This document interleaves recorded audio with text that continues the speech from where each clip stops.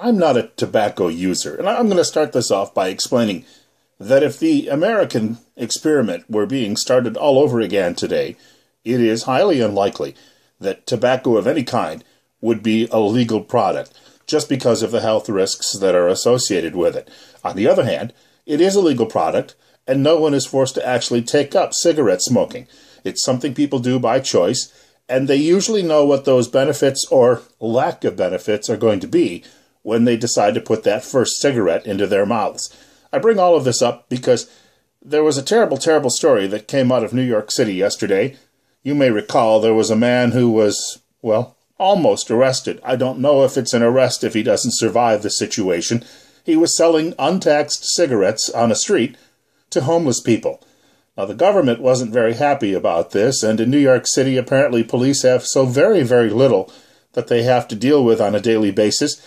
They have to chase down people who are selling individual cigarettes on the street because the government might not get its couple of cents out of each of these transactions.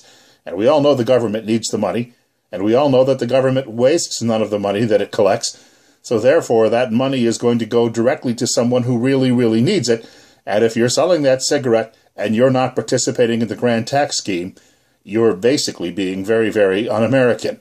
So this fellow ended up dead after being tackled by half a dozen police officers, and yesterday a grand jury said that there was no one to blame in this situation, but apparently the man who was selling cigarettes. A great many people are trying to make this story out to be very similar to the one in Ferguson, Missouri, where a police officer there was cleared in shooting a teenage boy, well, a boy who stood about 6.5 feet tall and weighed nearly 300 pounds, who apparently also attacked the police officer while the police officer was sitting in his car. These are two very, very distinct stories. Very difficult to find a relationship between the two, although I know a great many people are trying to do that at this point. We also hear that racism may have had a lot to do with it. I'm not quite so sure about that either. The situation in Missouri, if someone is attacking a cop, whether they be white, brown, black, purple, or green, the police officer is likely going to fire back in order to protect his or her life. And that simply seems to be what happened. But the New York situation seems to be very, very different. Number one, if race was involved, it wasn't because somebody went out and said, let's get that. No, it's because perhaps there's a deep-seated belief that there are some people of color who are engaged in activities they shouldn't be engaged in. That in itself could be considered racism. I will give you that. I won't be giving you a whole heck of a lot more on that. The real part of this story, though, that I think people are missing is this. I saw that video. There are half a dozen cops involved in the takedown of this man.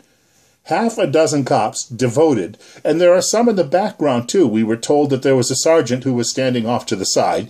She happened to be a person of color as well, but that's a story for another day. Half a dozen police officers devoted to taking down a man who was selling some apparently untaxed cigarettes on the streets. You're telling me that in New York City that there are no other crimes that are taking place that demand the attention of police officers? Again, 6 people to take down a man who was selling a product that the federal government may not get, or state government, a few pennies from, if the man continues to sell this product on the street. Something about that picture is a little overdone, wouldn't you say? And as I was watching all of this take place, I realized that there was a chokehold put on the man, and that he was indeed saying, hey, I've got a problem here. I can't breathe. And I also understand that the chokehold itself was not illegal, albeit prohibited by the police department. But if it's not illegal, how can it then be prohibited? Because a police officer involved in a situation like that. Let me make an analogy here, and I know it may be a poor one, but if you're a football player, and the guy is coming around the corner, and he's going to turn upfield and run 75 yards for a touchdown, you reach out and try to grab him so you can pull him down. Sometimes you accidentally grab the fellow by the face mask, and you get a penalty for that, because the guy could get seriously injured as his neck goes twisting around when you actually grab a hold of that piece of his equipment. It's wrong, but I understand how it could happen. I understand how that police officer could grab the guy around the neck in that scrum, and you're not really thinking clearly. You're just thinking, I have to stop this guy. But, again, there were half a dozen police officers involved in making the arrest of a man for selling a bit of tobacco on a street that the government didn't get its cut from. Hello? This has gone way too far and is getting way out of hand. And this is why I think that there are a great many people in America worried that we have over-militarized the police and that it's time that we had to pull something back here. Because there is absolutely no way people should be dying in these situations. I had an argument about this last night with someone. I should note, never argue with anyone who has both Prussian and Italian ancestry and has had a couple of glasses of wine before the discussion starts. It doesn't matter that the man may have had 30 previous arrests. That is irrelevant to the situation that is taking place. Just because you may have had some problems speeding or drinking and driving, or you may have been involved in some other petty crimes 10 or 15 years ago, still doesn't excuse your death on the street corner for, again, selling a bit of tobacco. I realize a great many people out there say that if we handcuff the police in a figurative sense, that they won't be able to do the job. And if they're shy about doing the job, that when we really need them, they may not be available to do it. But my friends, we have to figure this out, and we have to figure it out soon, because we don't need a great many other people dying on street corners.